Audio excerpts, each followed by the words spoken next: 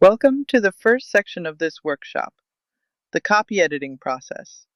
Before we get into the technical weeds, grammar, punctuation, clarity, we're going to zoom out a bit.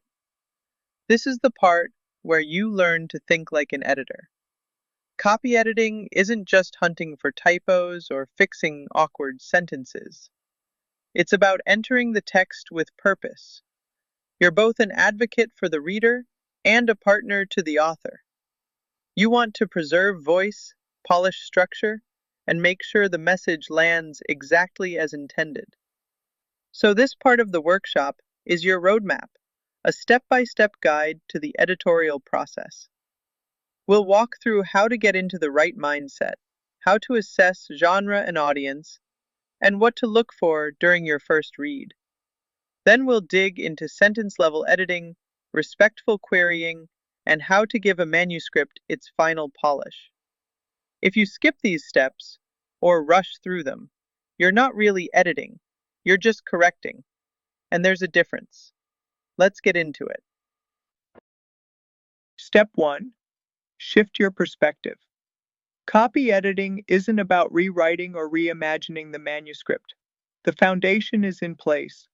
Your role is to clarify, refine, and align, to remove what gets in the way so that the author's intent is delivered cleanly and effectively. Think of it like cleaning a high-performance machine. The engine runs, the design holds, but the lines are obscured. You're not rebuilding the car, you're removing the buildup that dulls its shape. You are both the reader's advocate, attending to clarity and logic, and the author's partner, preserving voice while tightening what distracts or obscures. Copy editing is deliberate work. You're enhancing precision, coherence, and rhythm, bringing what's already there into sharper focus. Before you start reading, stop. Not to admire the font choice, tempting, I know, but to orient yourself. Context isn't just helpful, it's non-negotiable if you plan to make editorial decisions that aren't completely arbitrary. Start with the genre or form. Memoir, persuasive essay, academic text. Each one comes with its own set of expectations, conventions, and indulgences.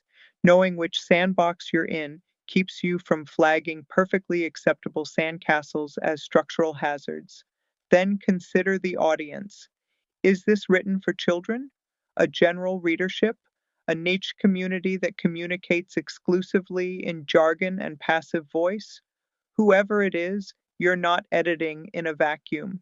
Your choices need to align with the reader's needs, not your personal sense of literary justice. This step isn't editing, it's triage.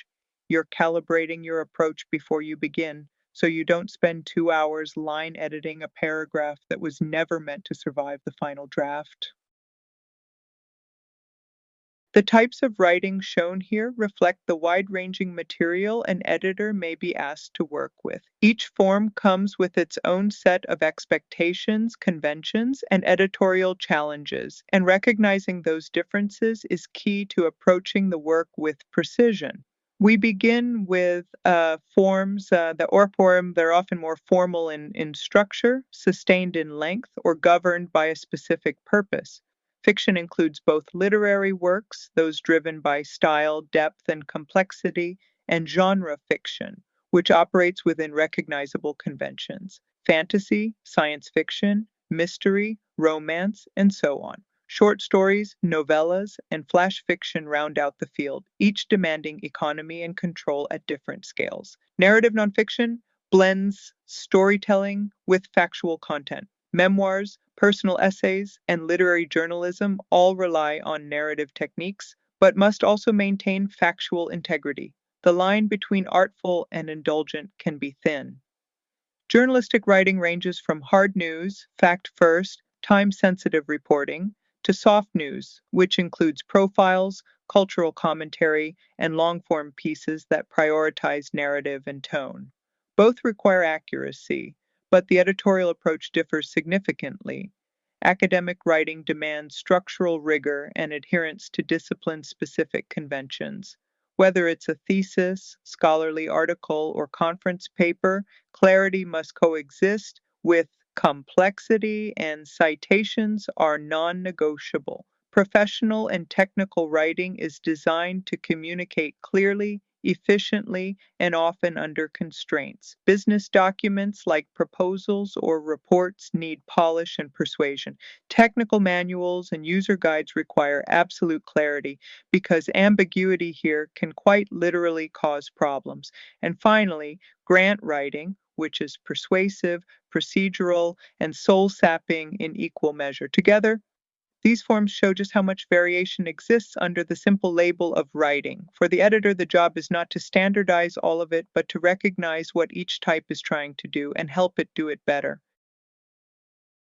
What we're looking at here are forms of writing that often prioritize immediacy, tone, and engagement. They may be brief, spoken aloud, or designed for digital spaces, but they're no less dependent on editorial judgment. If anything, they leave less room for error. Digital and informal writing includes blogs, newsletters, listicles, social media posts, and online reviews, formats that range from personal reflection to professional branding. They often forgo formality but still demand coherence, voice, and audience awareness. Editing here is about restraint, preserving tone without allowing sloppiness to masquerade as style. Persuasive and argumentative writing is built to influence. Op-eds, policy briefs, and editorials require clarity, confidence, and well-controlled passion. The editor's role is to refine without dulling the edge, ensuring the argument lands without drifting into excess or vagueness. Scripted and performance-based writing includes screenplays, plays, spoken word poetry, and podcast scripts. These are meant to be heard, not just read. Editing here requires sensitivity to rhythm, breath, timing, and even silence. Grammar still matters, but so does cadence. And then there's copywriting, where every word has to earn its place. It's the tightest of all the forms: a headline, a tagline, a sentence. Impact is everything. Over edit, and you kill the spark. Under edit, and you risk cliche, redundancy, or noise. These forms may be shorter, more agile, or more fluid, but the editorial stakes remain high. Your job isn't to formalize what's meant to be flexible. It's to sharpen it, guide it, and make sure it lands exactly where it's supposed to. Now that we've looked at the wide range of genres and forms you might encounter, you're finally ready to read the thing, or at least you're ready to read it intentionally. But let's not get ahead of ourselves. This isn't editing yet. No red pens, no margin comments, no rearranging entire paragraphs out of existential frustration. This is a global pass, a straight read through to understand the document's flow, structure, and voice. You're trying to get a sense of the terrain before you start building roads. Note any major issues as they float by: tense drift, structural gaps, repetition, tonal inconsistencies, and if something feels off but you can't quite articulate why, flag it anyway. Your brain often knows before your conscious editor does. This step is about getting your bearings. Treat it like reconnaissance. Observe, listen, mark the terrain, but don't engage. Not yet. At this point, we've read the full document and taken stock of the big picture issues. Now it's time to roll up our sleeves and wade into the sentence level trenches. This is where we start cleaning, carefully, systematically, and with the calm precision of someone who's read far worse.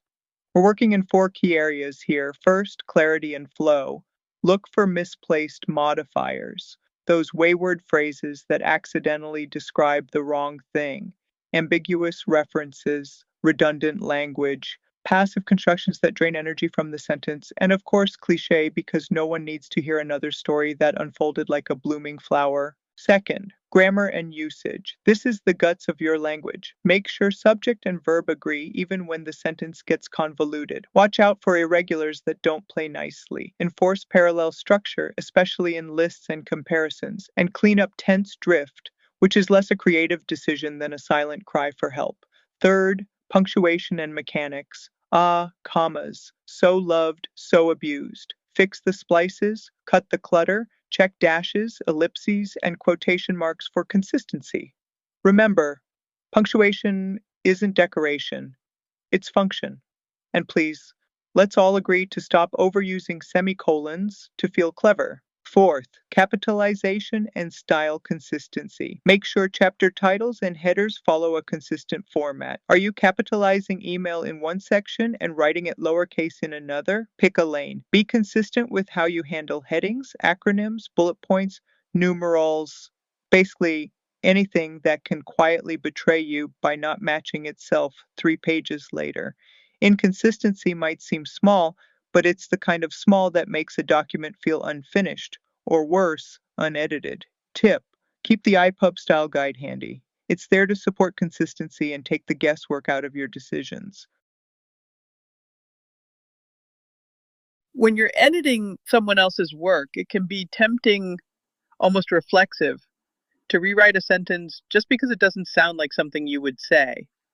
But don't. That's not your job. Your job is clarity, not authorship. Unless the original is actually confusing, inconsistent, or just plain incorrect, resist the urge to reword it in your own style. That kind of edit might make it sound more like you, but it also risks erasing what makes the author sound like them. Instead, flip the script. Ask yourself, is this unclear because it's flawed, or just because it's unfamiliar to me? If a sentence is grammatically fine and carries the author's stylistic flair, honor that. Don't flatten it out into something bland just for the sake of uniformity. Remember, you're not here to show you're the better writer. You're here to be the better editor. Now that you've made your sentence level edits, it's time to flag anything that still needs clarification, input, or revision from the author. This is where comments, your queries come in, but don't overdo it. Queries should be strategic, not reactive. If something can be easily and confidently corrected, fix it. If something affects meaning, logic, or voice, and you're not sure what the author intended, then it's time to comment. Here's the key: be neutral, not judgmental. Say, consider clarifying who he refers to here, not this is confusing. Your job isn't to prove the writer wrong, it's to help them make the writing stronger. You can also flag patterns. Several sentences open with this, okay to revise for clarity, but you don't need to mark every instance if a global note will do. Use discretion, be kind, and always write like the author will read your comment before their coffee. This final step is simple, but it's where your discipline shows. Once you've edited, queried, and polished, step back, zoom out, and read the piece like someone who didn't write it. Ideally, read it aloud. You'll catch awkward phrasing, jarring transitions, or sneaky typos that slipped through when you were too close to the text. If something feels clunky to say out loud, it'll probably feel clunky to read. Check for leftover formatting weirdness, extra line breaks, inconsistent spacing, bullet points behaving badly. And don't forget your visuals. Make sure headings, images, and captions follow a clean, consistent style. No orphaned graphics or mismatched fonts. This pass is about reading for rhythm, tone, and finish, not as an editor, but as a reader, which frankly is who the whole thing was for in the first place.